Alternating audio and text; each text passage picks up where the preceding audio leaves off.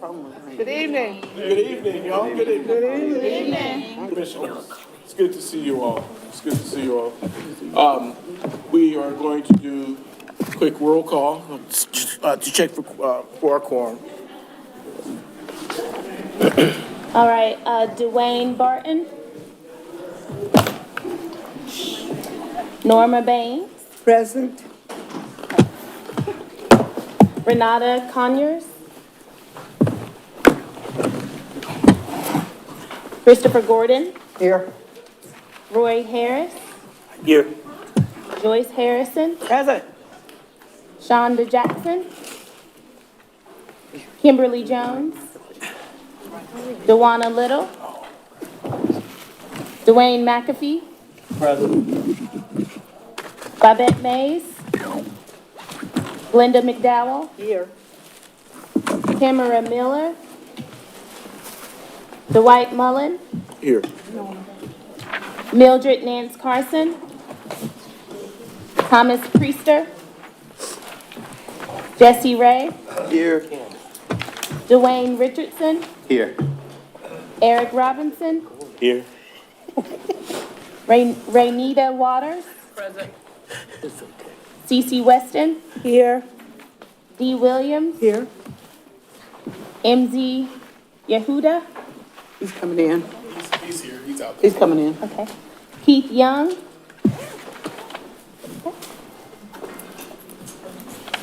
And then these two. Dee Burris. Tiffany Debelo. Here. Shakiki Giles Bayton. Asandu McPeters. Here. Okay. We have quorum.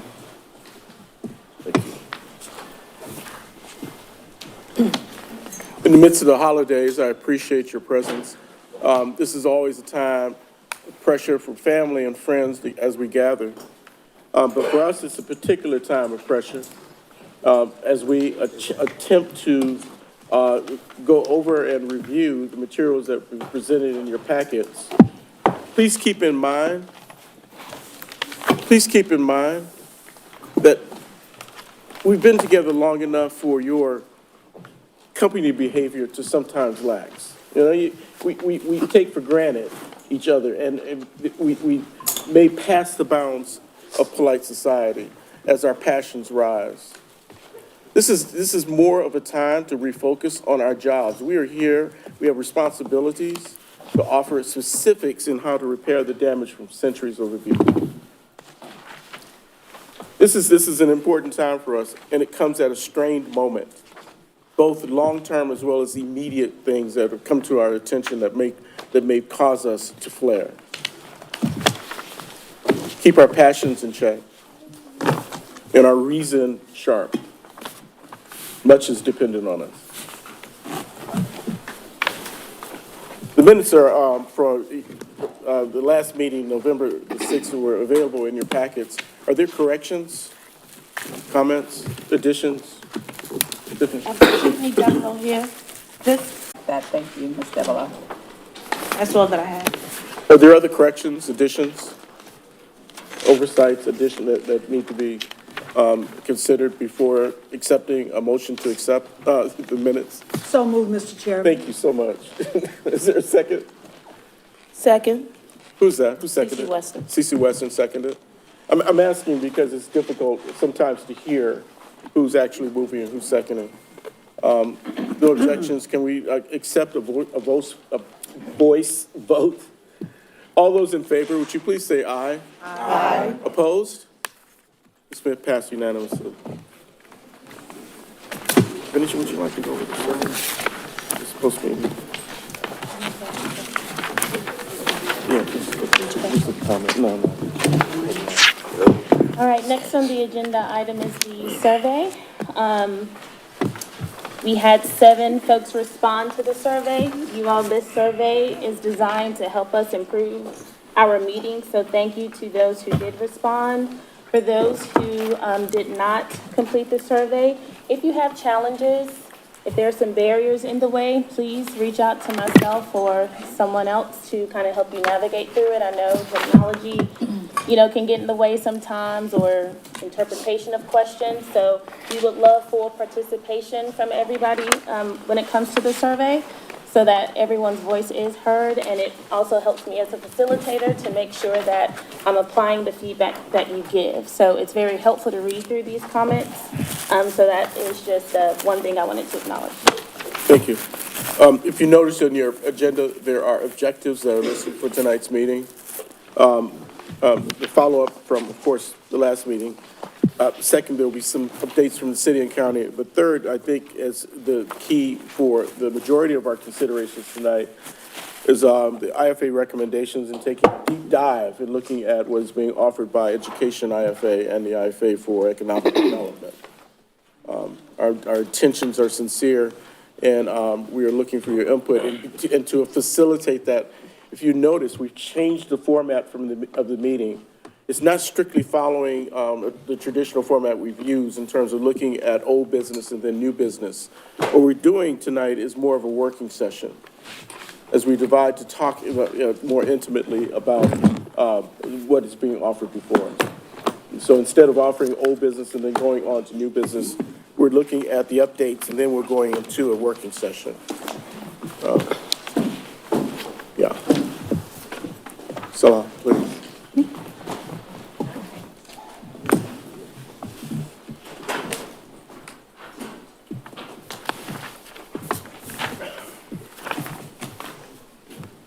Good evening, all. Good evening. It's good to see you, always. Always good to be here. Salam and I am married. I am the IFA facilitator and project administrator. So this evening, what I'll be discussing with you are the follow-up to the questions from our November 6, 2023 meeting. What I'd like to point out is that during this meeting, we had 2 roundtable sessions, one following the community engagement piece from the city and the county, and then the second one was following the IFA updates. What you'll see in this packet of information that you should have, or the document, the document, is we responded to the questions and not to the comments. So if there was any comments that you had in here and you don't see your comments that has something to do with specific IFA, it has been noted and we are working on it. So just wanted to bring that to your attention. Are there any questions with regards to what is contained in this document and any responses that were received?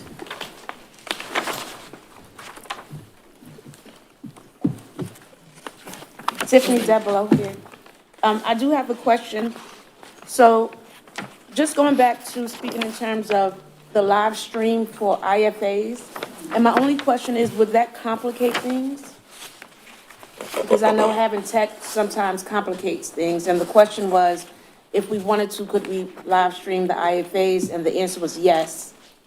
So just my counter question would be, would that complicate things with tech? I would think that that's a greater question for the individual IFAs, as I know that education streams their meetings regularly. So that would be a question for the IFA facilitators, I would think. And then my next question is, and by the way, thank you for this and just the detail in it, because it was really helpful. So when I mentioned about the budget breakdown, Yes. and you said we had limited access, the final decision and funds paid to projects will not come from this commission, but comes from the county. So the money that, not this budget, but when we're looking at recommendations that is specifically only coming from county commissioners as far as that budget? One more, okay, I think I missed something. Can you ask that one more time? So pertaining to the budget, Yes. and so basically I'm just asking, where would the money come from? If it's not coming from the Reparations Commission fund? So I will defer that question to either the city or the county to be able to respond to. Thank you. If I'm remembering this correct, I think you were asking about access to the funds. Is that what you were asking about? Access to the funds can only be done by the governing body. So they will make the decision, once they approve your recommendations, Oh, okay. once you do your recommendations, prioritize them, we move them to the governing body, they'll make a decision about the funding for anything. Not even us makes that decision. Does that make sense? That makes a lot of sense. Okay, Thank you for the we weren't clarity. sure what you were trying to ask, but, you know, it's not, it sounds negative to say you don't have access, but it's the governing body that will make that decision. And that time will come once we present. Yeah. Okay, perfect. Yes, ma'am. Just like they did with your budget, with budgeting for reparations, and just like they did with cease no harm. And thank you for the budget breakdown that was in the material. Absolutely. I had another, I think we had another question. Is that for me? It is, and it references the budget as well. There are some of us who propose budgets in our IFAs, and we are budget people and budget savvy. Is there any way we can have input and real participation, since it's supposed to be a community-led process? It's not that Absolutely, we're it's all trying. your recommendations, and when you bring those forward, we would love to have that information. We have said all along, we would love to have any information that you have. I'm willing to work with anybody on that, and so I'd love to be able to participate. Thank you. Thank you, Brenda. Thank you, Tiffany and Dee, for your questions. Do we have any other questions related to the roundtable responses? I have a question. Luana? So, I'm looking at question one where it say who declined the virtual meeting. I can barely hear you. I'm looking at question one. I think Tiffany asked this question, who declined the virtual meetings? And so, I'm just reading over the response, and I know I'm a part of an IFA, but IFA never had that conversation around equipment being available for us to have virtual meetings. So the last thing I remember is like a commission conversation, and we was asking for that, and it was like, we don't have access to that. And I never remembered the follow-up to make sure that we knew that there was access to it. Because education, they Zoom or Google Meet, which is one form of streaming, but like if it's additional equipment outside of that, maybe I missed something, and I just was looking at that to wonder when the IFAs were told equipment was made available and how to check it out. This, I know this was several months ago. More than several months. I want to say that we did have a conversation in our IFA, which is criminal justice. And I can't confirm or deny if you were at that meeting, Dewana, so I apologize.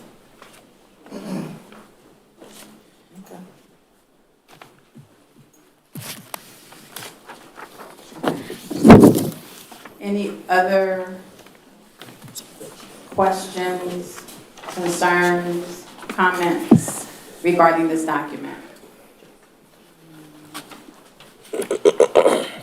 All right, so we'll move on. We've already discussed the budget. Are there any other questions or comments regarding the budget?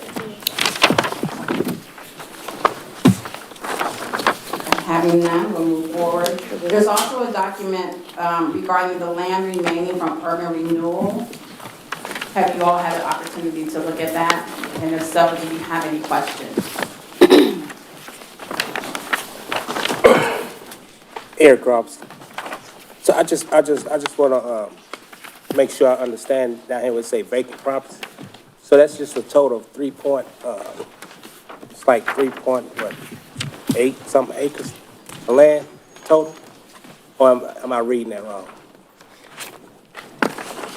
So one more time, Mr. Robertson, I can barely hear you. So you're looking at Where it say vacant properties at? I'm just trying to see how, it's, as far as like the land that was. That's correct. So, thank you, Brenda. That's what it says. That's it, okay. Dr. Mullen? Can we go back? There was a question I had on the budget. Okay. It was for the transition of the project management teams. I see we're accounting for Tequity, but do we account for civility? We did. Where is that? It's the same money. We moved the contract from civility to, and we assigned it to, we moved the contract from Tequity and reassigned it to civility. So it's the same contract.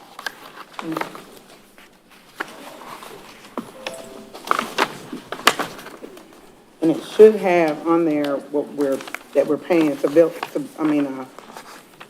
it's Amplify That's her, business name. She's doing business at Civility Localized. It's on the FY 23.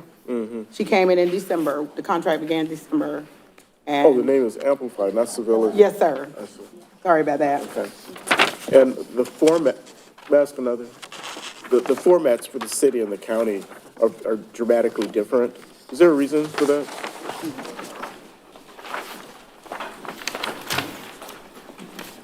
The reason for the format is that the city pays for the expenses of this project. The 2.1 million we got for the land from the sale of White Labs was put in a project budget for us to use for these activities. The county is specifically going to use theirs for your recommendation. That makes sense? So I had to line out what we had spent up to date. And what we'll do each month is I'll update this budget so you'll have this updated to the point that we made changes. Okay? That makes sense? It does, thank you. Okay, sure. Thank you. Any other questions around the budget? Any other questions around the urban renewal land? I have a question. Keith Young? My question is, so when we did that proposal for the urban renewal property, there was also just want to bring the light to make sure that it's still there, the accompanying of, because this gentleman asked, hey, there's not really that much land left. There was a land acquisition program that was asked for as well. So I just wanted to make sure that, I mean, we had to split those out, but Right. it's still in the forefront. And that is still included in our recommendations in housing. Is that your question? Yeah, Right. for the acquisition program to accompany the land that still we don't have. included. Any other questions with regards to urban renewal? Okay, so our last thing is an update on the extension request by this full commission. And Dr. No and Brenda Mills will provide that update. Thank you all. Thank you.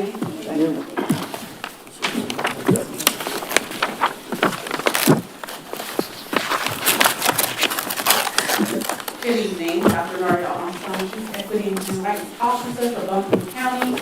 So just wanted to give you all an update on everything. So first of all, I want to start by thanking everyone on the Community Reparations Commission, all the members, all the work that you've done to this day. Many of you have spent countless time and hours outside of the monthly meetings developing those draft recommendations.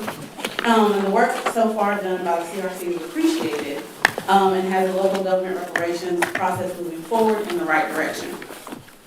The charge of the full CRC is to provide recommendations, and you are well on the way to presenting final CRC recommendations for City Council and Board of County Commissioners consideration for implementation.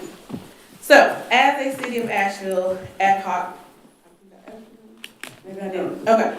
All right, as the City of Asheville ad hoc commission, there were no term limits included on your appointments. And as such, no board commission, county commission action is needed to continue staff support past April 2024. The county manager is responsible for determining the appropriate allocation of staff time for operations, including tasks, projects, and committees or commissions. So, in the absence of a CRC justification for the extension, staff reviewed the timeline progress to date and to completion to provide county leadership with relevant information and context for the extension request. And as you may know, data requests are at 98% complete based on available data, with one outstanding request that is in process right now, and 5 requests that cannot be filled because the county is not the steward of that data. Engagement planning has been reinforced in a variety of robust, multi-generational ways. The final report development has started, and we hope that a couple of members from the CRC will volunteer to join us in the publication team. The recommendations are being refined and presented to the full commission for consideration, and in agreement that additional time to incorporate information from the Cease the Harm audit is needed and a ramp up of community input, the county has agreed to provide continued staff support at its current level until June 30th, 2024. Over this period, we will continue to assist the CRC in refining prioritizing, and voting on recommendations to put forth to the Board of County Commissioners and the City Council for consideration. Thank you.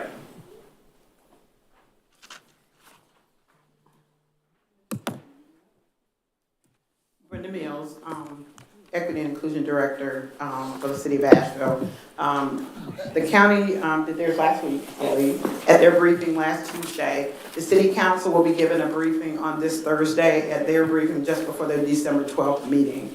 So we'll give you some updates on that when we return in January. We will provide them the information from the county as well as staff updates, and so we'll have something for you then. Yes, ma'am. Tiffany Dabelo, this question is for the county, Dr. No. So what I'm hearing you say is that after June 2024, there will be no more support for the Reparations Commission? There will be at this level that it is right now. So my office, the Office of Equity and Human Rights, will still continue to support, but at the level with the data services, legal, things like that, that support will decline as of June 30th, 2024. Also, thank you, Doctor.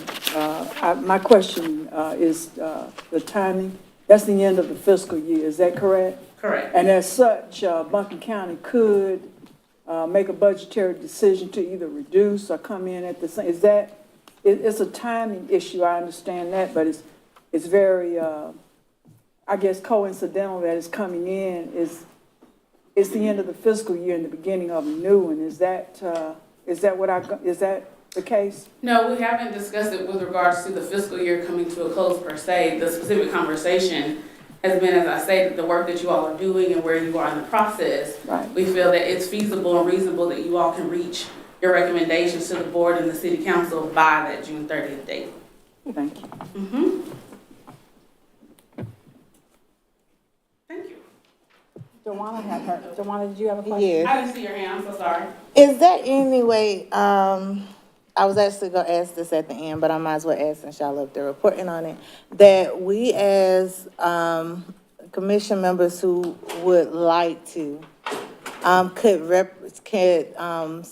be on the next Buncombe County Commissioners and Asheville City Council, agenda for their meeting? Is that possible that staff could get us on there so that we can kind of speak to some of the stuff that came out at the Buncombe County Commissioners meeting in reference to this commission, and give an update from ourselves as being the people that's actually doing the work? And I just think the narrative needs to be clear, and I would like us to represent ourselves if possible and speak to them directly, because there was some questions that we could answer that I feel like we need to be represented to do so. And so is that possible? That's a request to y'all to see if we could be added to their agendas for their next meeting or a subsequent meeting following this? So as far as the county goes, I would say, one, that you can come up for public comment at any meeting. You're welcome to do that at any meeting. And two, I will get with my staff, the county staff, to see what that would entail to get you added. I will check and get an answer back to you. Yeah, I think it should be represented as the commission and not as individuals. I could always go to public comment. I've done it a lot in the past, but I just think as representatives of this commission that we could speak for and answer to some of the things that were discussed in our meeting. I think it's imperative for us to have that voice in the conversation. And I'll bring the city. Yes, so you know you can do public comment, but I would suggest that you bring 3 people who will yield their time, so you would have at least that 10 minutes. And I will also check with our executive staff about moving forward. I would prefer this to be on the agenda. Public comment is public comment, but we represent a combined agency of city and county. So I don't think it's like a huge push to be able to have 5 minutes on their agenda or however many minutes. They might have plenty of questions for us that we could speak to directly. I don't think that's. But we're gonna talk to our corresponding staff. Okay, thank you. Okay? All right.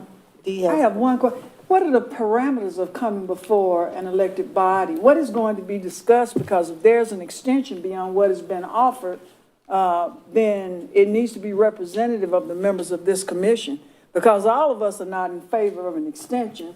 And then we say that we have 98% of the research done. So what is the reason? I'm hoping that that's not one area that is up for discussion if that is the decision of the governing bodies. Is that, would it represent this commission, or would it just represent individuals from the commission? If I may chime in here, the question is, can someone be added to city council or county commissioner meeting? Right. We don't know if that's a yes or no.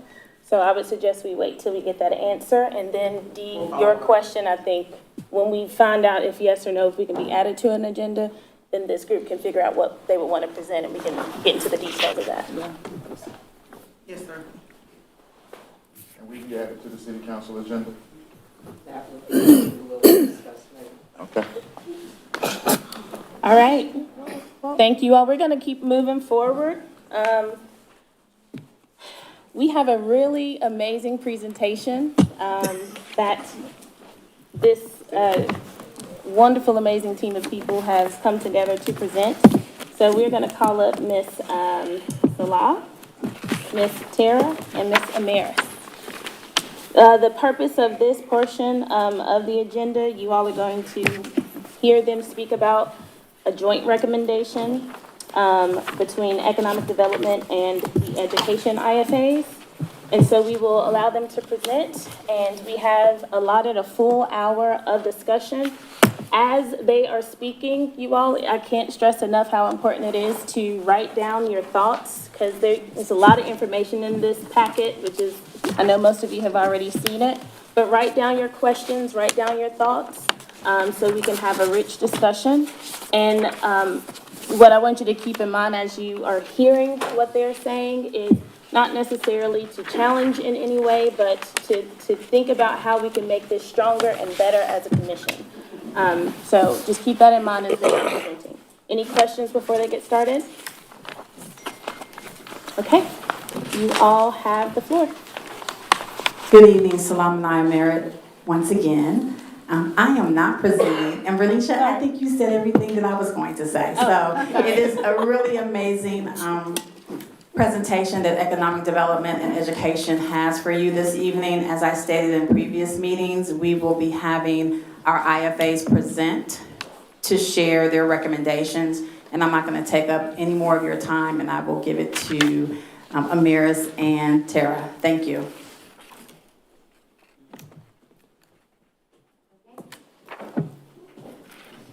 Good evening, everyone. I'm Tara Brown. I support the Economic Development IFA. Members who are here tonight with Economic Development are Dwayne Barton, Misty Williams, Mr. Dwayne Richardson, Miss Renita Waters. So please feel free to jump in with comments, or if we're doing the facilitation, writing down comments, that's great too. But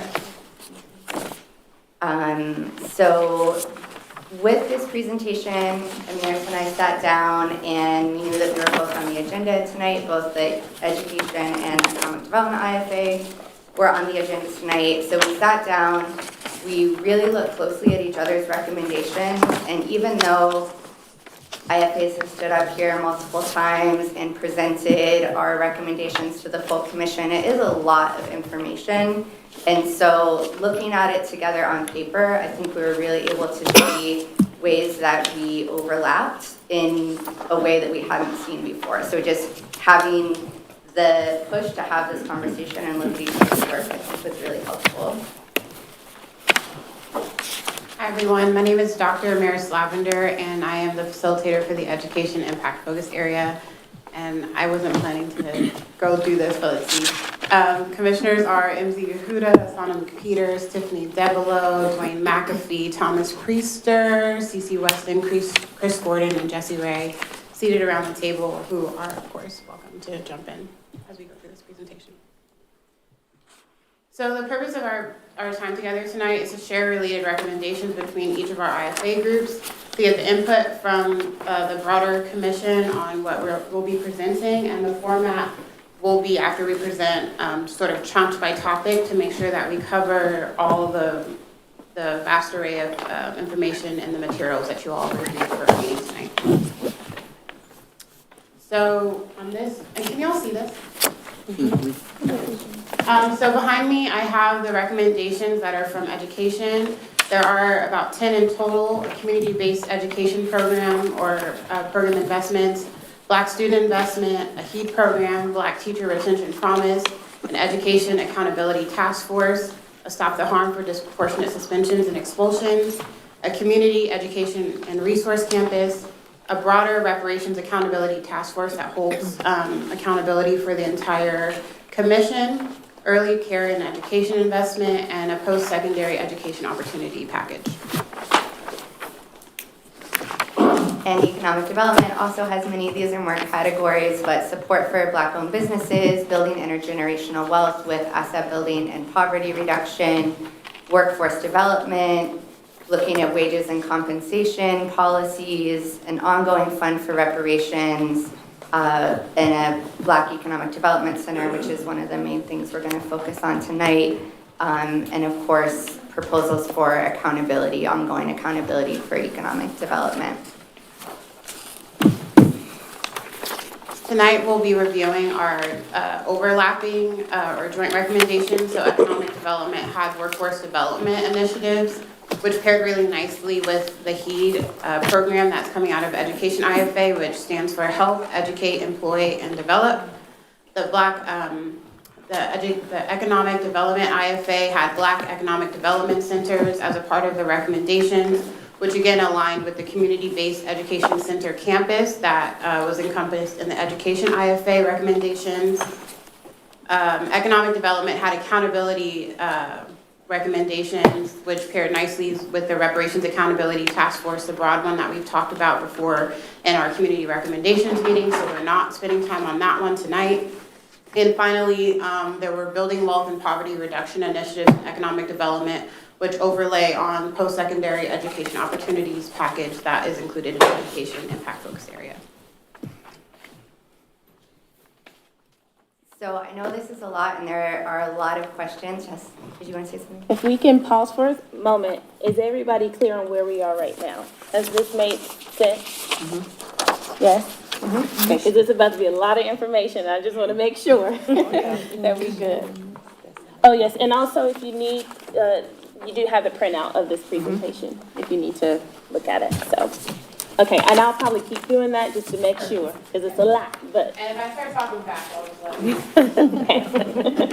So this has been a lot so far, and what we're going to do is really focus in on one of our biggest recommendations that overlap and go through the process of education presenting on theirs, economic development presenting what we've come up with, and share some examples of how this could work collaboratively or is working collaboratively in other cities, and then talk about what you as the commission want to do to really get to a final recommendation, because this is just education and economic development, and it's related to housing, it's related to health, it's related to criminal justice, it's related to all the IFAs. So we each have really good thoughts that we put together, and they've been separate this whole time. So just working through how do you want to bring them together and what does that look like?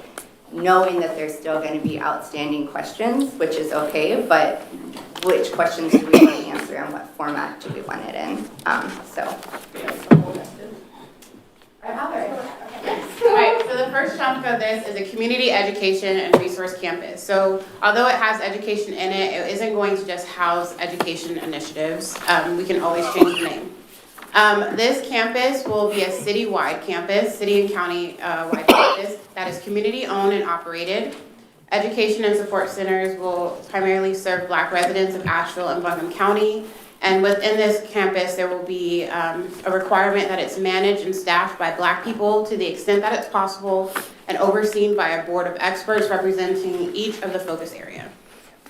This center will provide free services to past and current Black residents of Asheville and Buncombe County, and there will be initial and ongoing funding from the city and the county. Additional financing would come from grants, gifts, and fundraising. And I want to acknowledge, I know this body asked about budgets. Budgets and money isn't necessarily included in this presentation. It's the idea, getting it on paper, ensuring there's consensus and overlay, and then we can move forward with ascertaining the cost. We want to be sure that this campus leverages the collective community knowledge and efforts and provide comprehensive, coordinated community-based services extending from prenatal or in utero to elder care. So the goal of this campus is that there's sort of like a one-stop shop or a place where folks know to go, where all their needs can be met, where there's a network of support services for folks in this community, that folks don't have to run around town to access their resources, but they're co-located. And there's models of this in our own community and across the United States, which we'll get into. We want to make sure that we're encouraging collaborative solutions, that there's no lost opportunities, and that we can combat the deep trauma that has been inflicted upon the Black community through years of systemically racist policies that were implemented by city and county entities. I want to name that in education specifically, a part of the development of this campus and listening to community was the fact that there has been a loss of places to meet for Black folks. For there to be places in the city and throughout our community where folks knew that they could access resources and community with one another. So it's a direct response to remedying the harm that was caused by urban renewal and displacement of Black people in this community. And this center will also allow us to provide oversight for the accountability recommendation and to make sure that we have a pulse on what's happening throughout each of the IFA impact focus areas and needs in our community. Are there any questions? D. Williams, I wanted to ask the parameters of what the workforce development program would be. We circulated one that Cam Howard, we put together a budget and a program for criminal justice that we'll probably be working on, but what are the parameters of that workforce development program?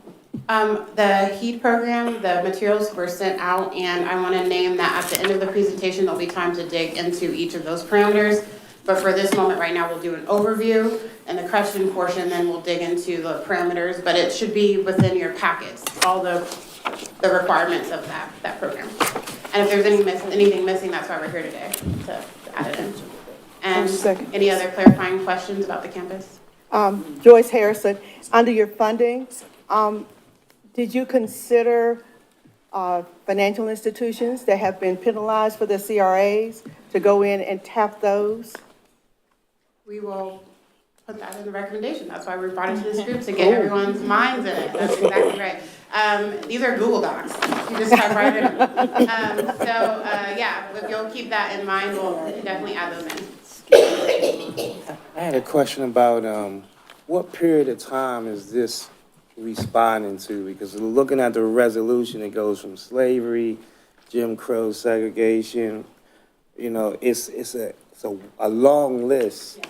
And I know we're on the clock right now for coming. So what period of time is this particular recommendation is focusing on, you know? I will say, and folks on the commission, you can let me know, but for specifically in education, we look at three predominant harms, and one is around the implementation of the desegregation order, which resulted in the closing of schools and community centers and the eradication of spaces, which also coincides with urban renewal. So parts of that response is in that time frame, but we have always believed that it's not within the purview of education specifically to name the time period in which these recommendations are from. This was a broader commission decision, but that is one of the larger focal points for our work because of desegregation.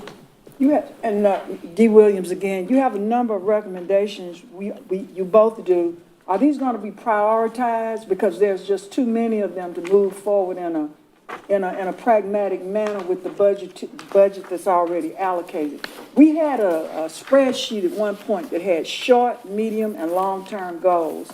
Is that going to be used, or is this Canvas spreadsheet going to be substituted? How shall this be accomplished? How is it going to be prioritized based on the budgetary funds that we have? You got it. So for the basis of these presentations, this is an overview. My team can tell you there are 10 different spreadsheets that we got going on. I have them even mapped out by individual idea in each package, 50 different ideas. I think, again, it comes up to where this commission lands, but their first step is to say, where's the overlap between our recommendations? That's the first step in refining them. So if we can bring together workforce development to say that is like the HEAT program, let's put them together and have one concerted workforce development initiative, then we can move forward with prioritizing them.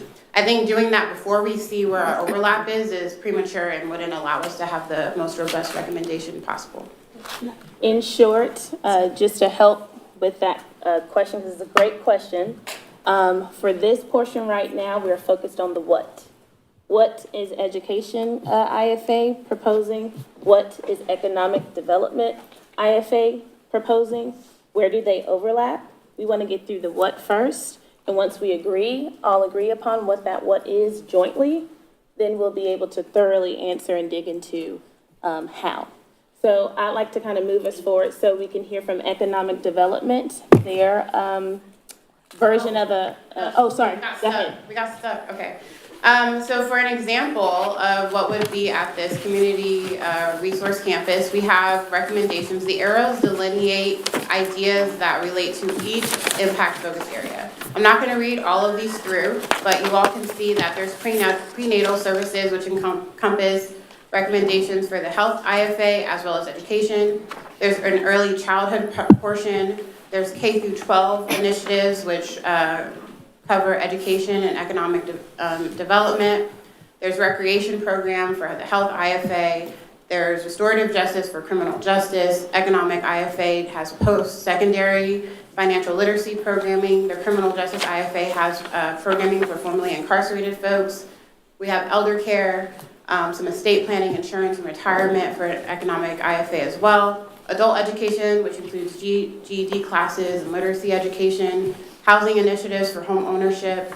Economic development has a business incubator and community kitchen, trade apprenticeships, and criminal justice, again, has teaching the law.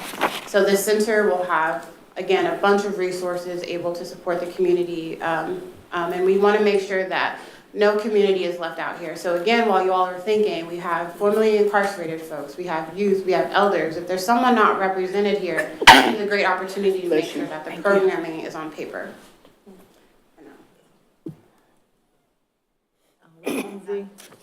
Yeah, thank you for this. What is the connection, if any, to some of the community development projects that are already being proposed or already underway? Is there a connection in any way to those that are already on the table, so to speak? If you can remember to state your name. If you all can remember to state your name before you ask your questions. Oh, MZ Yehuda. Thank you. No Appreciate problem. it. So I might just skip to the end and then come back.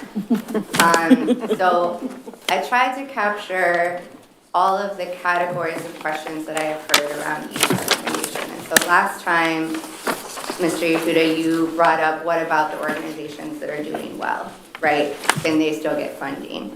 And how do we support those? And I think you or someone else also had a question about the harms, and Mr. Burton just asked, what time period is this looking at, right? So I tried to put all of these types of questions into one roadmap for a recommendation sort of pipeline, right? And this can, be iterative where these steps aren't in order, or you have to do them several times depending, but I at least kind of wanted to bucket it.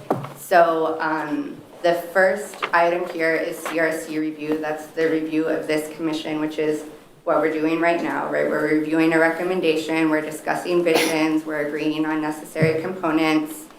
Another step that's important is community engagement, and I know that we're going to have some discussion about that later in the agenda, but just making sure that what that engagement looks like is what the commissioners think is necessary to get the feedback on these recommendations, and that's ongoing, right? So if today we say, yes, we want an economic development center, that's going to take years to build, and then over years the economy is going to change, right? And there might be different programming, et cetera, et cetera. So how is all of this process continual as needed? The next sort of category, number 3, is partnerships and funding. So I think Mr. Ray asked last time, where is the funding coming for the grants program for Black-owned businesses? You could ask that about any of these. It came up tonight. How much money is there from the city and county? So we know that there's a lot of resources beyond what the city and county will put into this reparations funding. We know that there's Justice 40 initiatives at the federal level. So there's a lot of different funding that could go into this, private funding. So under the partnerships and funding, I put mapping existing resources, assessing gaps, identifying financial resources that are aligned with the goals. You might think you have a funding source. Any of us who worked in nonprofits or grant writing, right? You might think you have funding for something and then it's not quite lined up, or you have to change what you wanted to get the money in a certain way. So just making sure that all of that is still in line with the original goals of the recommendations, community engagement, all of that. Next is ongoing accountability. So establish a long-term process for implementation and accountability. Education has their recommendation. You know, we can talk about other ways or adding to that. Number 5 is technical expertise. So we talked about the need to potentially hire attorneys for the accounting process or the accountability process. There's other technical expertise like architects and, you know, anything that might need to happen to make these recommendations realized. Aligning with the city and county processes, budget processes, you know, we've talked tonight about the need to advocate for the commission in front of the city and county, so, you know, all of that.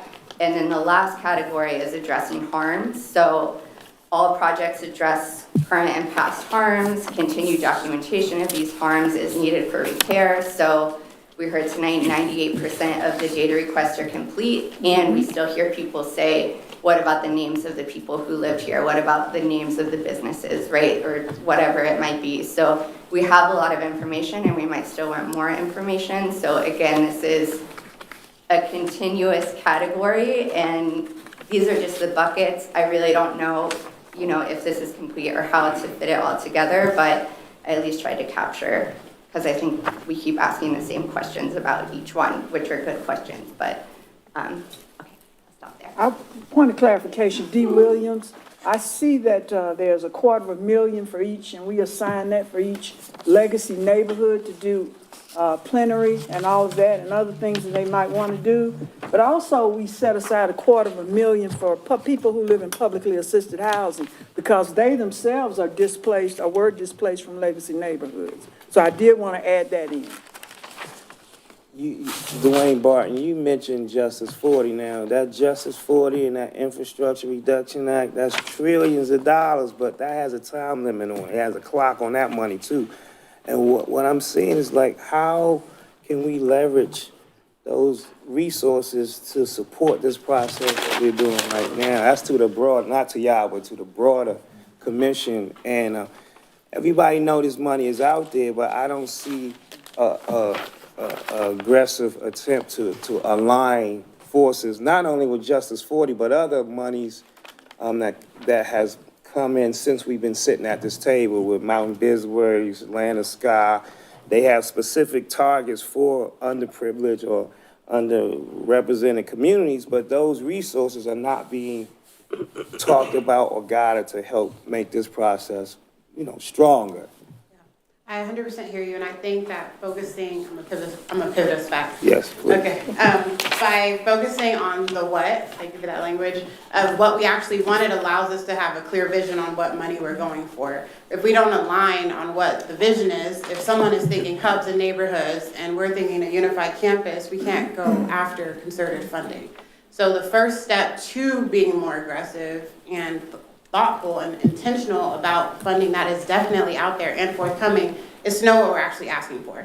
With that being said, we went through the Education's Community Resource Campus, and now we want to do the same thing with Economic Development's hubs, so that we can have the two proposals sort of on the table, and then we can tease that through, and we can absolutely, and then let me tell you what we're going to do after. So then we're going to talk about it in small groups. You're going to write down all your things, we're going to share it out, and we're going to refine it. So that can be your funding questions, your programmatic questions, your budget questions, and anything else that hasn't come forward. But we're going to now put our campus hat back on and then go to economic development. Are you waving at me? Yeah, can I, this is Dwight Mullen. Just a quick question. What we found in earlier work was a major cause of disparities was the discrimination that was not being enforced. There was discrimination in wages, discrimination in hiring, and no one cared. There was no agency to report those breaking of federal laws to. And I'm wondering, is this a role that the campus could have? Is this a role that we need to identify? 100%. If that's what y'all want, you put it in there. I think knowing where to go is half the issue. Knowing that you have a place that folks are gonna advocate for you is the other. And then actually getting out there and doing the work and knowing each other is the whole, that's the point. So 100% this campus can do that. Everything, you guys are asking, can it? And I'm gonna ask you all back, is that what you want? Is that the point of this initiative? So yes, if you say yes. I worked with the Chamber of Commerce on an economic report. There was not a single sector of the local economy that was not showing significant discrimination in wage payments by race and by gender. Not a single sector. So. Mr. Harris? I'm simply trying to figure, how do we define legacy neighborhoods? Or did we define them? Anybody can answer. Well, generally, it's a neighborhood that's been attributed as more than 50% Black, and also there's some economic demographic indicators that go along with it. But a lot of gentrification has occurred. A lot of these neighborhoods have undergone urban renewal. Just like Burton Street, it's kind of an outlier, or indicative of what is to come. If you look at the income levels now, it doesn't even qualify as being a low-income neighborhood. It's so highly gentrified. And Livingston Street, Census Tract 9, is going that same route. So therefore, the only thing that we have to refer to is the fact that they were once all segregated in a de jure manner, red line neighborhoods, that sort of thing. If you want to put it back to the redlining maps, we certainly can do that if you need a more permanent fixture. The reason I asked that question is because I'm just thinking about the block that I live on. And on that block, when I moved there 40 years ago, there were 14 homes, and all 14 of them were African American. I don't know what all of them were African American owned, but it was 14 African. We're down to 5. And if you consider that a neighborhood, what it's going to mean is that at some point, it will not be a legacy neighborhood. It will change over, and it's changing over every day. So it's only 5 of us left now. Of the 5 of us that are left, which I'll just consider that being a neighborhood, the oldest is probably 89, and the youngest is 65. So the writing's on the wall. The writing's on the wall that that neighborhood will change over probably in the next 15, 20 years. So, Okay, I'm gonna do it one more time. Okay, also, this is a large conversation, right? Legacy neighborhoods-based hubs. We know that a lot of Black folks have been displaced outside of the city and on other places. They've been displaced out of the state as well. So when we think about localizing resources in a particular place, we have to be really conscious of this past and current cost of the rising cost of living in Asheville. That is, again, a decision for you all to say, Yes. Should this be in a legacy, like, what does that mean? Should it be there? Do we need something else? We will get there after you describe economic development, economic hubs. Thank you. If anyone still remembers what was in the education one, so.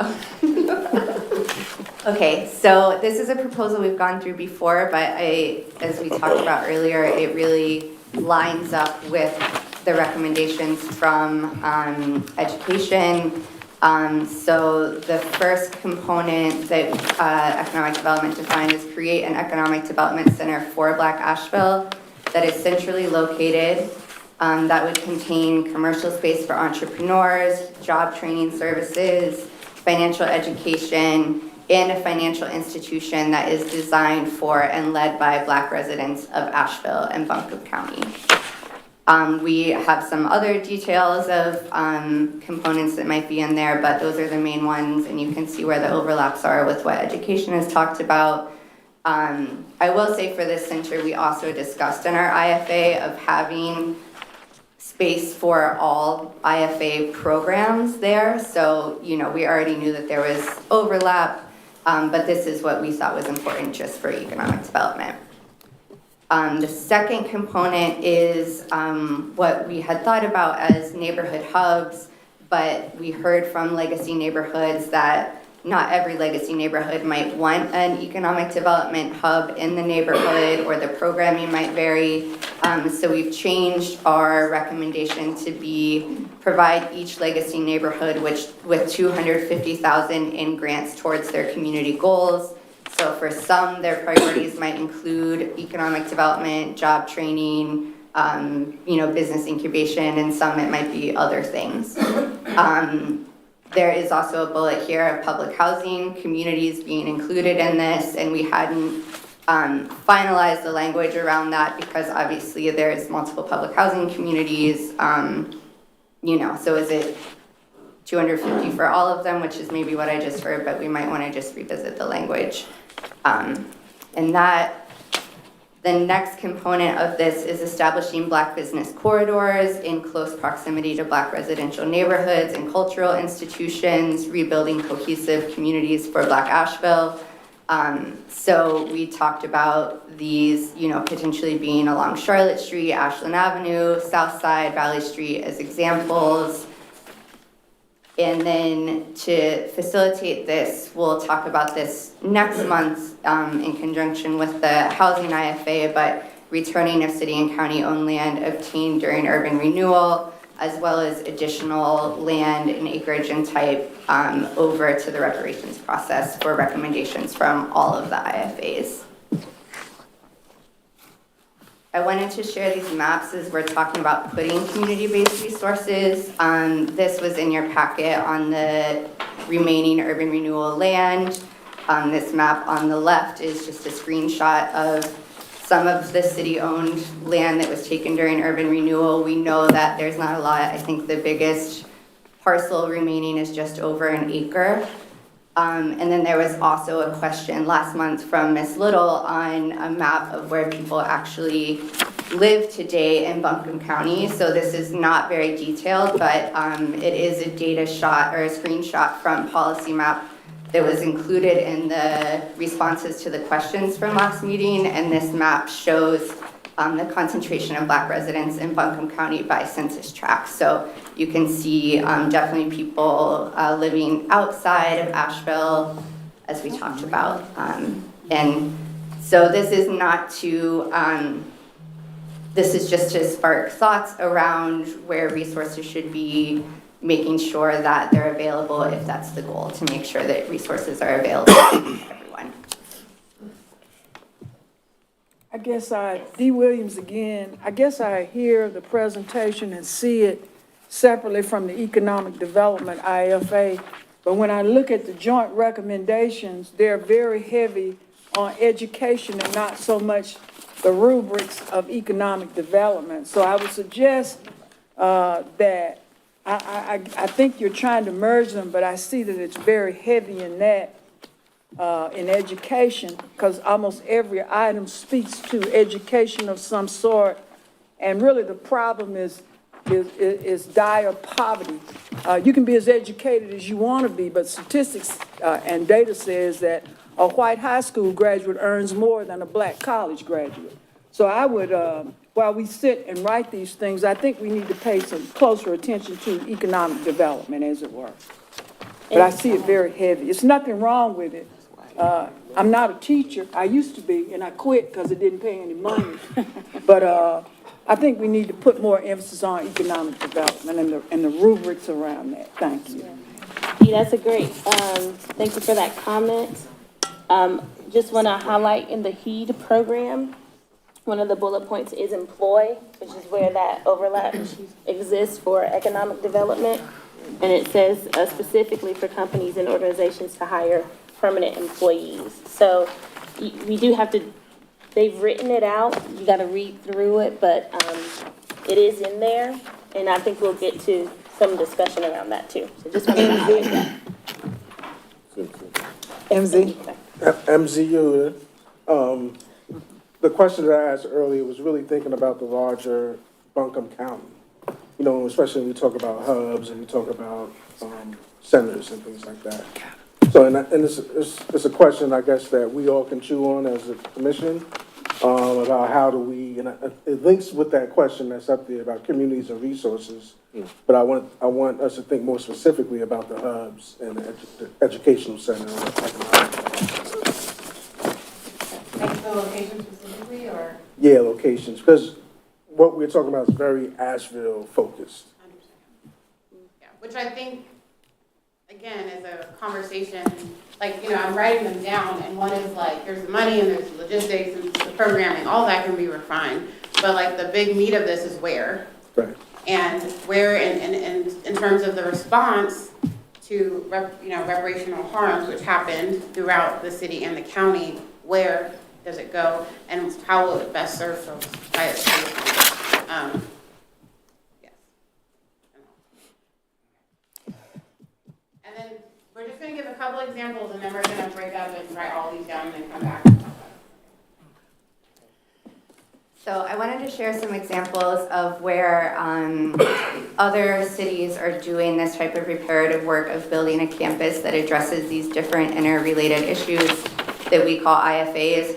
I also know that a lot of this work has been done in Asheville or Vision in Asheville, so I would love, as you're discussing, to think about, oh, we already tried that at this center, it worked, it didn't work for this reason, et cetera, but sometimes it's helpful to look at outside places, and it's not so personal, So the first example, and these are just two things that I just happened to hear about recently, so I know it's happening in a lot of other places too, and would love to learn about other examples. So recently I learned about this project in Portland, Oregon. It's called the Williams-Russell Project. So it was a block that was the center of African-American commercial district from the 1940s to the 60s. And much like what happened here, the land was condemned, the area was condemned and taken through urban renewal in the 70s.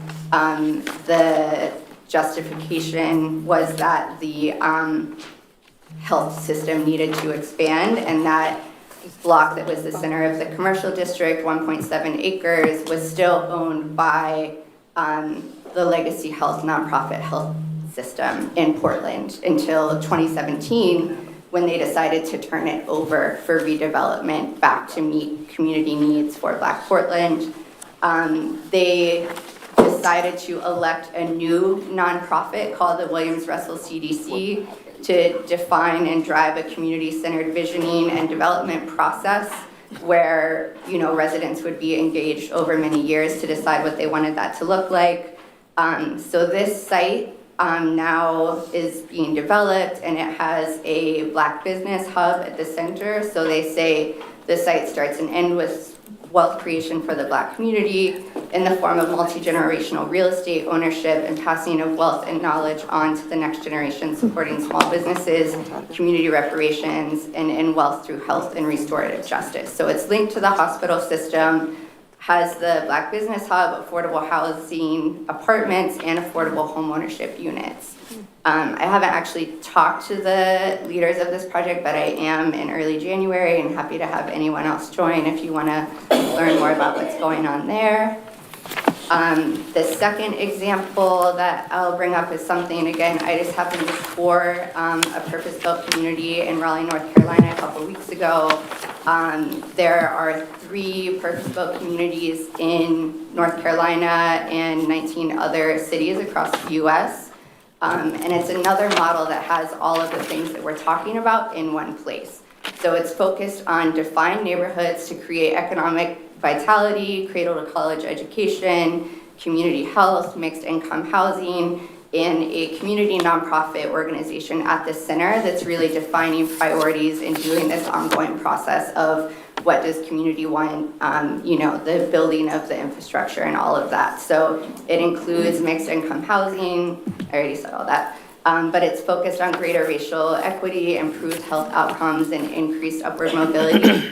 This particular one is a privately funded model from the Bloomberg Foundation, and I'm forgetting his name.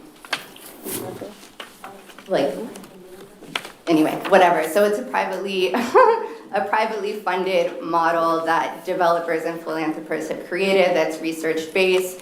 and, you know, community-led in its execution, but not necessarily in its design. So, you know, not recommending it is what should happen here, but just wanted to put it out there as something that's happening elsewhere in North Carolina, focused on racial equity and all of the components of the IFA, and getting national resources for that. Okay, Dee Williams again. Tara, a couple of CDCs that are in close proximity. I know that there's one in Winston-Salem, is Goler Community Development Corporation that ascribes to this wealth creation, wealth building. And generally, you'll see bullet point 5 where they start with wealth creation. And also the Mary Black Foundation in Spartanburg, South Carolina, that has visited Asheville several times and talked about the same thing. So they're in pretty close proximity and are able to come up. I think Dogwood Health Trust brought them up to speak to some of us who had concerns about black wealth creation. So I just wanted to mention that. And also, it seems that wealth creation is the focus of everything, the locus of everything. Just wanted to put that in too.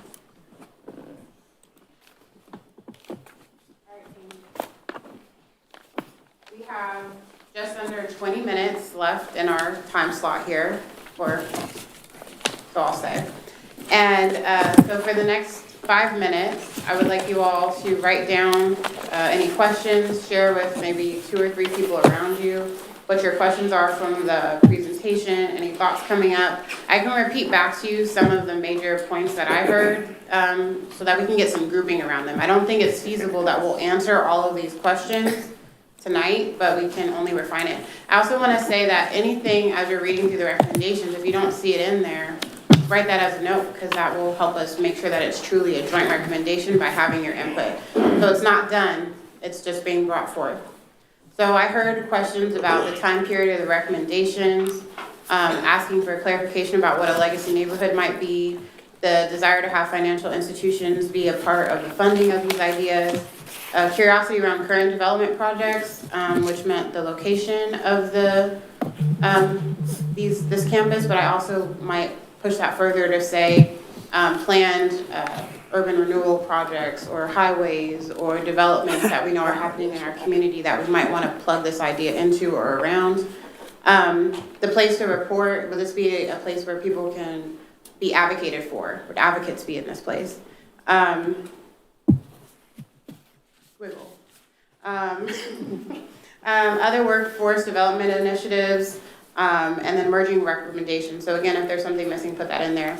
I think the reason why, well, there's many reasons why economic development and education are joint, but we know that education is a building block to be able to do whatever you want in your life. And we know that the literacy rates alone in this community already don't set up Black kids to be able to do whatever they want in their life because they're not being taught how to read.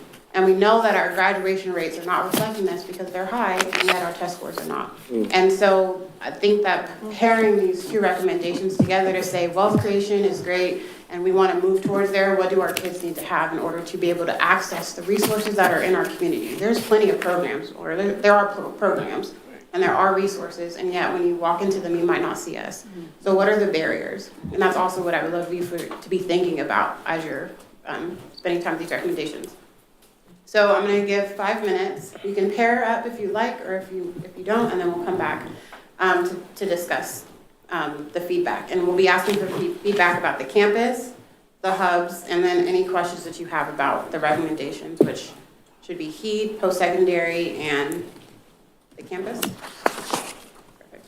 Mayor, really quickly, we actually have some time open up on the agenda. Our presenter for later will not be able to make it, so we can extend this time all the way to 7:45 if needed. Still, you only heard 5 minutes. This is Tiffany Debolo. Just for the live stream, should we be muted so that it's not like a bunch of loud noise for individuals that's looking virtually?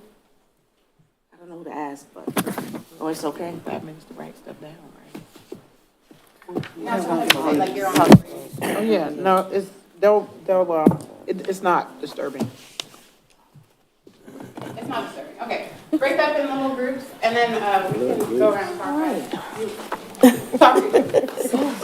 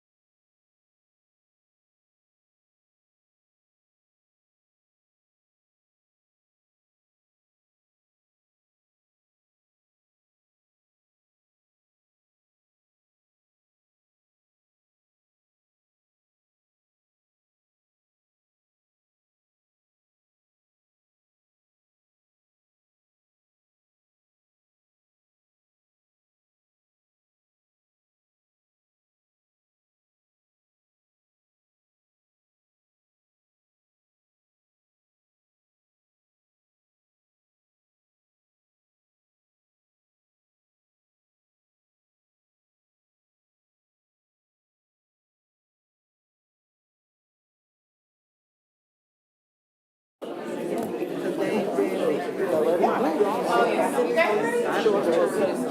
on my good behavior. I'm not on good behavior. Oh, okay.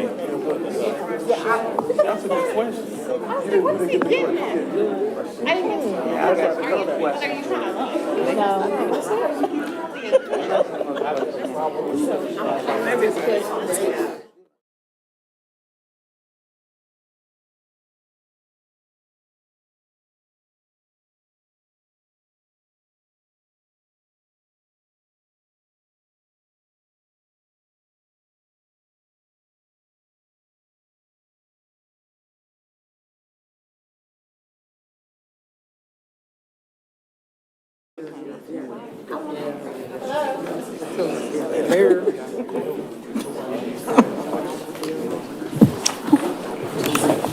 Great to walk around and hear your discussion.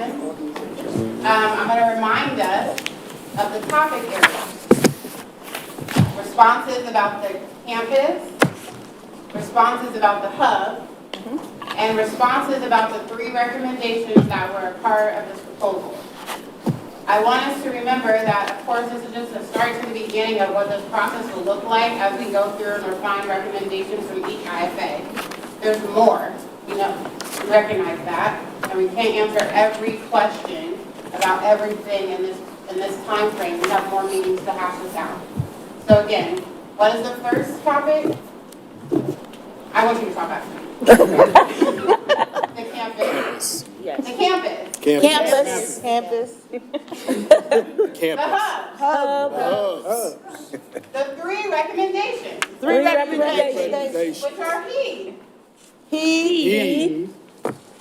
Post-secondary. Post-secondary, And early childhood. that's a lot you can get feedback on. Let's stay in those parameters. And if it's not in the parameter, I'm going to say, that's not in the parameter. I'll write it down. But we got to refine this so we can join them and we can move on and get to these budgets and the question and the money. Okay. I'm going to start on this side of the room with this group over here. Maybe can you tell me a little bit about what you're discussing within the topic areas of discussion? Which group? This corner. This group? This. Okay. And please remember to state your names as you're speaking, just so for the minutes. Thank you. Certainly.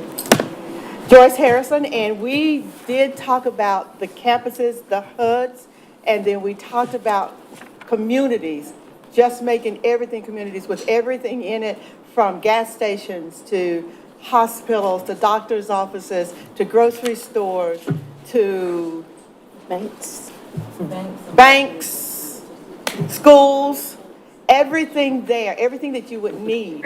But we also talked about how we can also diversify everything so that we're not depending on just $1 coming in, but multiple dollars coming in. So I heard you guys wanted to make it a little bit bigger. You zoomed out. You said not just a campus, we want a village. A village. A village. And then diversify income, what did that look like? What sort of streams of income or funding did you want? We're looking at diversifying the services that are offered, that we can offer those services to other people coming into the community. That way the dollars build up, just not the black dollars, but all dollars. So this hub actually offers services to the community so it can generate its own income? That's right. It would be self-supporting. All right, so we all heard that, so self-supporting.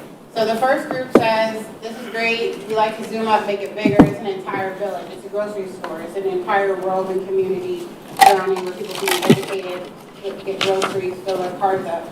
And not only that, it's not only support for Black folks, but that it generates its own income by offering services to the broader community.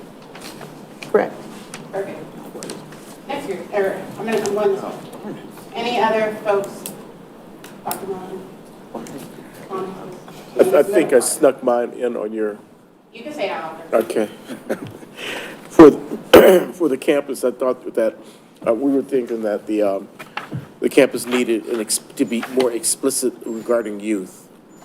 There needs to be office, there needs to be programs and things aimed directly at youth. In terms of the hubs, I was concerned particularly with, once we ideally establish the hub, it happens whether it's residential, entrepreneur business, that it is then gentrified away from us. So I'm concerned about protecting it and keeping it within the parameters of reparations. And how did you suggest we do that? One method, one way that's being explored by, I think Dogwood regarding the building of affordable housing for the elderly. And what eventually happens to that housing is to protect it with a very explicit restrictive covenant written within the deed. So while the person is alive, it's their property. Once they're passed on, it reverts back to Dogwood. I want to say something so bad. Thank you. Anything else? Yes, in terms of the programs, I would strongly advocate a very visible presence for the Peak Academy in terms of a charter that is actually healing the community. All right. My folks are here. I had a thought, but I'm not sure, and I know you're trying to stay focused, and I don't want to get off. But I felt like, and something came to my attention in the past half hour, but I think that there are two things that I'm always pushing for that both tie into education and economic development.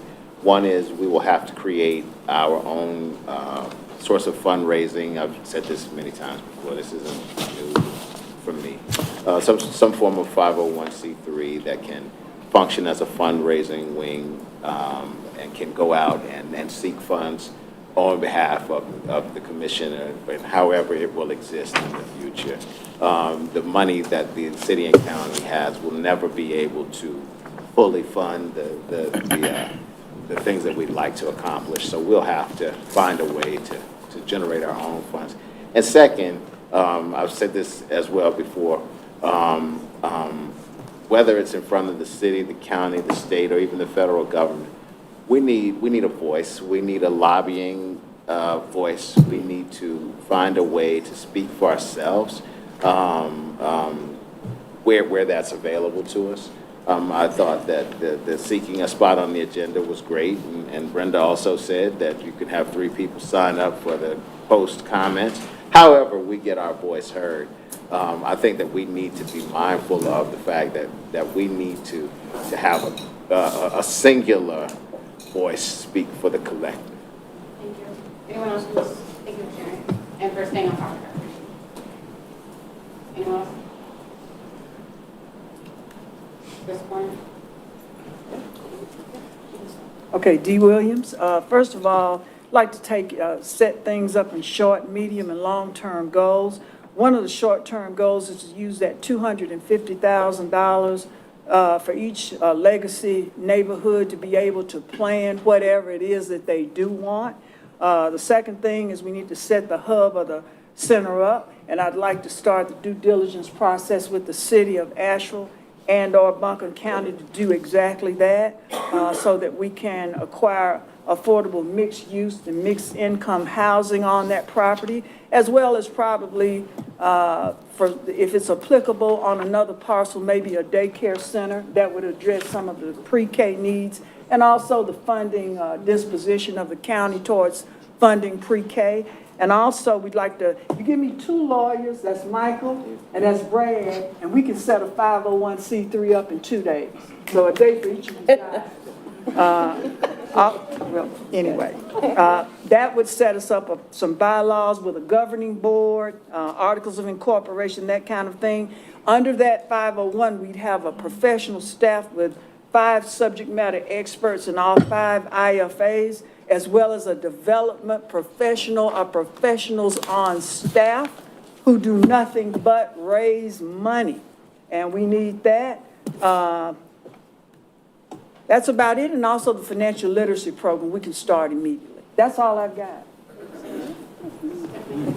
I just, everything what Ms. Williams said, and looking at the campus as a central nervous system, so that is the central space where individuals can go for support around anything with being just Black in Asheville, Buncombe County, but then looking at the hubs as off-sites.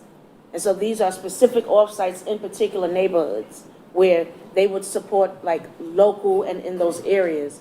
But I think moving forward with the central hub is gonna be important, in my opinion, because we'll be able to move outside of the parameters of this space, because we already hear that our time is up and it's limited. So if we go ahead and move forward with this collective impact that we all agreed in the beginning to have a hub or a space, we'll be able to have our feet on the ground before it's time for us to try to figure it out, after the rug is pulled from the grass. Okay, so what I hear you saying Respectfully. is that this was like a really important strategy to have in place before this group disperses from one another so that we can continue to work. Yes, and the other parts and pieces will eventually come. So the programs will come, how we define it will come. But in order for us to actually get the ground going, we need to have this brick and mortar now. Absolutely, You need the organization too. absolutely, Yeah. Absolutely. Can I ask one question? We have to focus on procurement of that and how we can get it, because I don't know. Ms. Williams made a perfect example by just starting at, looking at unutilized facilities in the city and county. We'll give them $1 for it.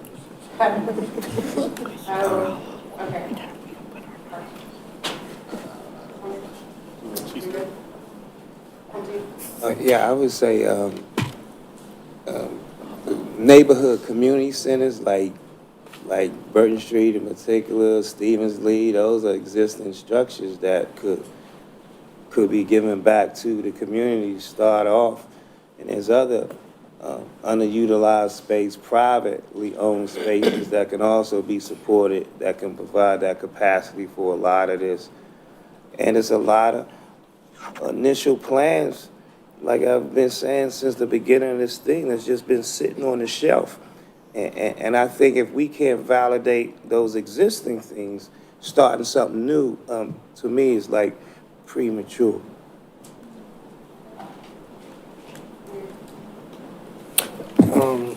Yeah, you said most of what we discussed. As we looked at the space, the question of space, we're also considering how areas outside of that which was taken from black communities were enhanced during that time. And using that same, how do I say it differently? What was the ways that communities that were not black were enhanced as areas that belonged to black folks were taken and confiscated? Yeah. And using that same structure, that same program to give that back to the communities. Yeah. So if it was 10 years that certain businesses were funded, certain individuals were funded, then us making that same commitment to black neighborhoods, aligning the underdevelopment of black communities to the actual development of black communities through this process. I hope that was clear. Looking specifically at what other, say white folks, what benefits they got while black folks were being disenfranchised, and mapping those sort of on top of one another. Yeah, that's what I think we should be focusing on. Like, we focusing on the harms, or we should be focusing on the privileges that the other people receive to help guide us on how we can make these recommendations solid. Because we already been practicing on giving people privilege. Ben Williams again, I just wanted to clarify for Mr. Barton. Okay. And also expanding, Mr. Harris asked this question, which I thought was a really good question, about defining legacy neighborhoods, because it may call us to expand our listing of legacy neighborhoods outside of Asheville, and maybe within Asheville. Maybe there's certain demographics we overlooked. So as we do that, we get to identify old landmarks or even current landmarks that exist and boost those up as we're boosting up these sites. The sites should have some type of historic feel to them. So if we're building a campus or hubs or several campuses or several hubs, what is the historic component to that landmark? And I think it should connect So it should definitely be in a black neighborhood, but we need to kind of do more research as to where these places that black people were collectively situated. I'm gonna go back around like this. Yes, Mr. Ray? Mr. Ray, Well, I got two questions. Let's see, Ms. Crover, you said that we would be examining the what, the how, and the what is our sequence of events? When they were presenting earlier, it was just to focus on the what, so you can understand what the economic development IFA was presenting and the education IFA was presenting. And this is now for us to discuss your thoughts, questions, and responses, which is where questions about how can come up. But it was really just to show alignment between two recommendations from two separate IFA groups. Okay. Well, I just want the commission to think about, as I've heard the comments in relationship to the hubs and the campuses, is for us to really think about how that will be done. The one word that came up to me as I heard the description of the campuses and the hubs is land. And so the other question that followed that is, number one, how much land is available for us to do this on the urban renewal parcels that are left? Are there enough contiguous parcels left for the hubs to be put on that land? If not, then where would the land be? Who owns that land? How would we acquire that land? We're talking about a physical hub. And so it raised another question as to whether we really want physical localities as opposed to access to services. Do we have to have land to have the access to what we want the people to get? And the reason I'm questioning this is because how much can we do with this land that we're asking for? You know, do we want it for housing? Do we want it for hubs? Do we want it for campuses? So I'm just saying that I think as we move forward, we examine more deeply what we want to present and produce to the community.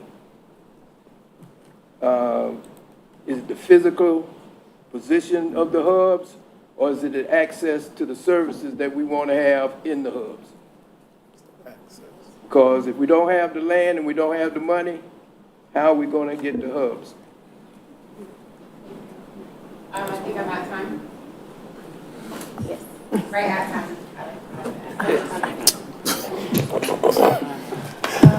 Thank you all. Can we give them a round of? If there are questions I didn't get to, then I'll write those down. So thank you, Amaris and Tara. Appreciate y'all so much.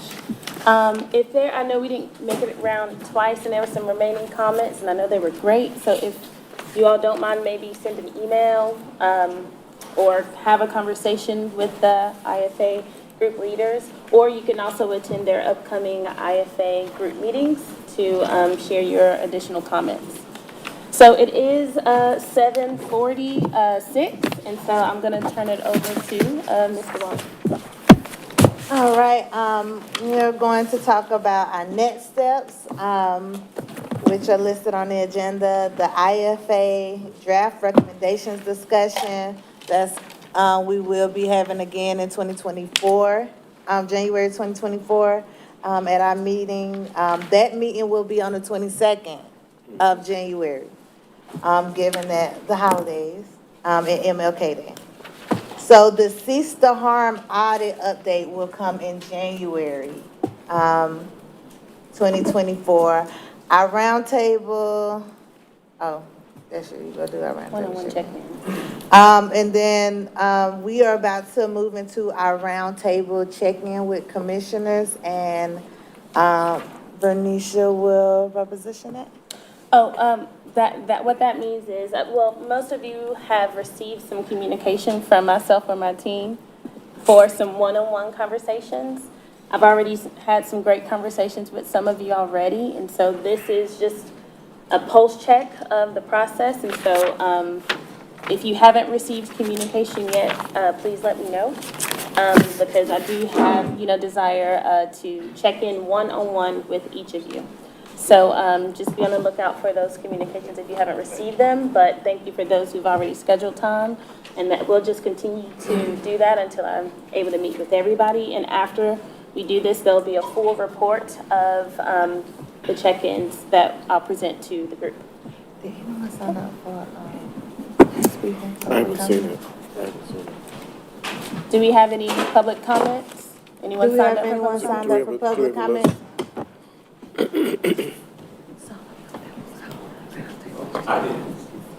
Hold on just a second, sir. She's going to get it.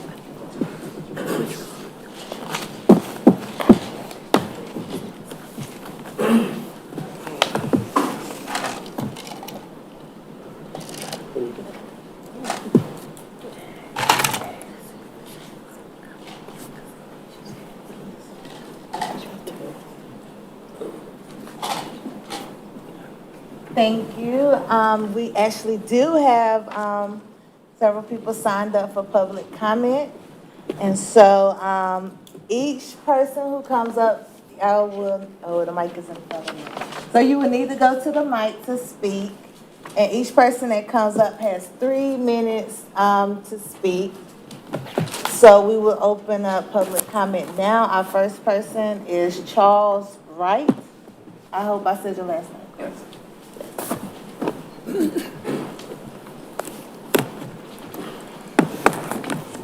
At the end of 3 minutes, I will raise my hand so that you know the 3 minutes is up. Or her timer will go out. Go ahead, Venetia. My name is Charles Wright, and I would say that reparations in Asheville, Buckingham County should be for black people that are descendant of American slaves and not minorities, people of color, not black and brown, and not BIPOC. And also, it's not even about the black immigrants or black people with an immigrant background. And reparations should be about black people who are descendants of American slaves. Thanks. Oh, thank you. The next person on the list is Jensen Gelford.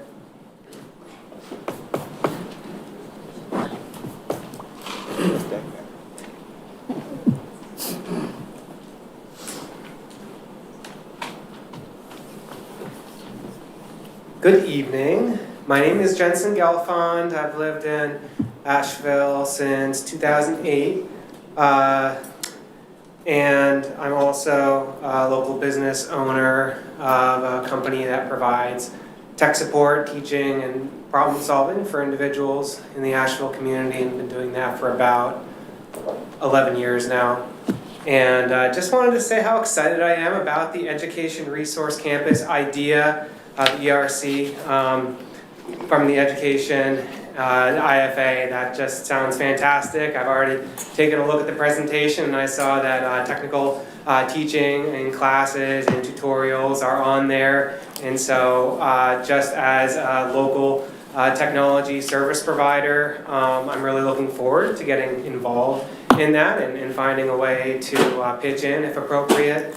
So I'm looking forward to the future on that, but I also just wanted to say that when it comes to me, we don't have to wait for any projects to be finalized or the ERC campaign or project to be completed. It may take some time. I just wanted to take a moment here to say that if there are people who are in the commission or adjacent to the commission who need a little bit of extra tech support, I just want to take a moment to just describe some ways that maybe I might be able to help Some folks, I do a lot of personal productivity training around learning how to file digital documents and emails, help around learning how to use your iPhone and iPad, Mac and PC tutorials, and personal cybersecurity training. I specialize in helping folks who may feel fish out of water around technology, who maybe didn't have to use technology a lot beforehand, but maybe now they're finding that they have to for certain reasons. I know that you have a great source of tech support when it comes to the city and the county for the official processes related to the commission, but if you're looking for somebody who would be happy to sit down with you either virtually over the phone doing a screen share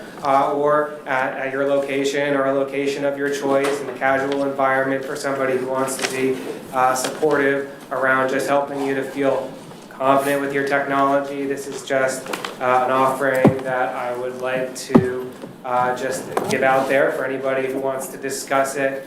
My contact information was on the sheet that I used to sign in to be a public speaker, and I just wanted to also acknowledge, as somebody who is not from Asheville, me and my family came from New Jersey when we originally came here, and I understand that my presence here is a colonizing and gentrifying presence, even if I don't do anything at all or regardless of what I'm doing. So I just wanted to do what I can to be supportive. Okay, thank you. Thank you. All right, the next person to speak is Thomas Littlejohn.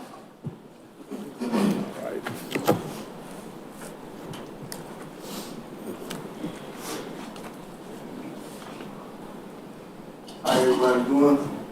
Good. I got a lot I would like to say.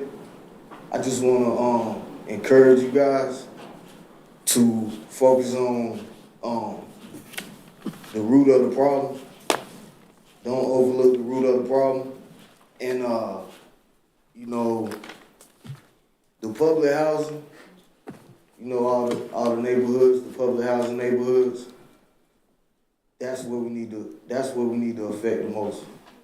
So I understand y'all have certain neighborhoods y'all consider legacy housing, but Mumford, other than Klondike, but Mumford don't need more help than Hillcrest. So it's not even close. So unless we're trying to give that land back to them families, I don't think that's that important. We need to focus on all of the trauma that's going on in our neighborhoods right now, first and foremost. And when you get to the black people say the nitty gritty, it'll lift everybody up. Amen. And I also wanted to encourage you guys to remember that a lot of things that's going on, like the Queen said, redlining, and a lot of things that's going on. You might speak on mass incarceration. Yes, sir. These are protected and perpetuated by systematically oppressive laws that's been on the books since Jim Crow. So it's just a lot of things that's allowed to go on. If the DA is allowed to receive fundraising from prison product people that provide prison services in order to keep the jails full, that should be illegal. So anybody that's perpetuating this culture, we need to rally and vote them out. So some of that funding need to be for elected officials that's going to actually support the agenda of making Asheville equal. I know I'm running out of time on. The rec centers in the hood, that's all the hub you need. When we was growing up, we could go to the center for all the safety and positivity and mentorship and social skills or whatever we needed was at the center. You know, and ever since Elder Hayes been gone, even before then, it's gone. So all of these rec centers in all these neighborhoods, how about you go there, put all the resources right there. It's right there in their face. You don't even need a ride. You can walk straight to the center and get whatever resource you need. Thank you. All right. Appreciate you, bro.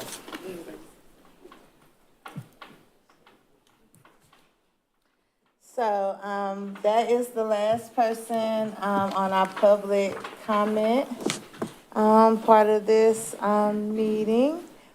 So as I said earlier, the next meeting will be January the 22nd, 2024.